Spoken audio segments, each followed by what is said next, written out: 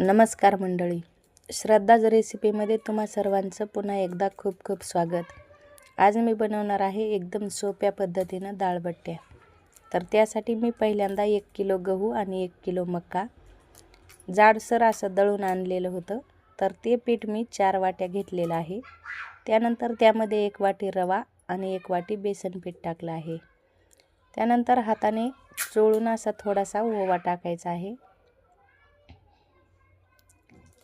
त्यानंतर चवीपुरतं मीठ, 1.5 चमचा मी मीठ टाकलेलं आहे आणि थोडंसं तेल टाकलेलं आहे। तर आता हे पीठ मी हाताने सर्व अगोदर एकत्र करून घेणार आहे, ज्यामुळे तेल आणि मीठ पिठाला व्यवस्थित लागेल। त्यानंतर थोडं थोडं पाणी टाकून मी घट्ट असं पीठ मळून घेणार आहे।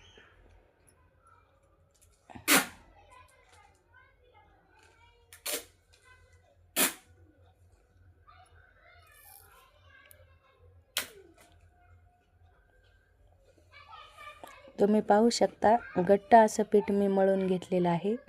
तर हाताने आपल्याला अशा गोल गोल करून गोळ्या बनवून घ्यायच्या आहेत।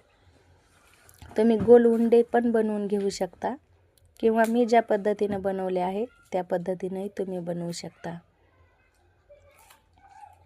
त्यानंतर कढईमध्ये मी पाणी गरम करायला ठेवलेलं आहे। 1.5 तांब्या पाणी गरम झाल्याच्या नंतर मी त्यामध्ये ह्या बट्ट्या शिजवून घेणार आहे। झाकण ठेवून साधारणतः अर्धा तास आपल्याला हे शिजायला ठेवायचं आहे। यामध्ये परत थोडंसं मी मीठ आणि तेल टाकलेलं आहे। तेल टाकल्यामुळे ऊत जाणार नाही।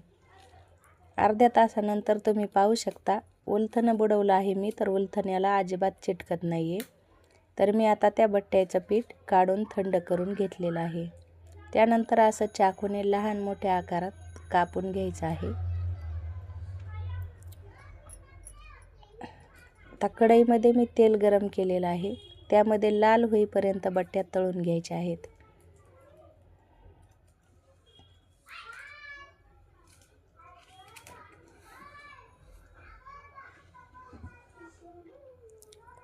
व्हिडिओ आवडला तर व्हिडिओला लाईक करा आणि चॅनलला सबस्क्राईब नसेल केलं तर नक्की सबस्क्राईब करा।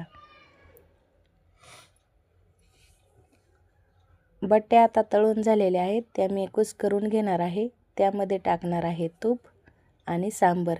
सांबरची रेसिपी पाहू पुढच्या व्हिडिओमध्ये।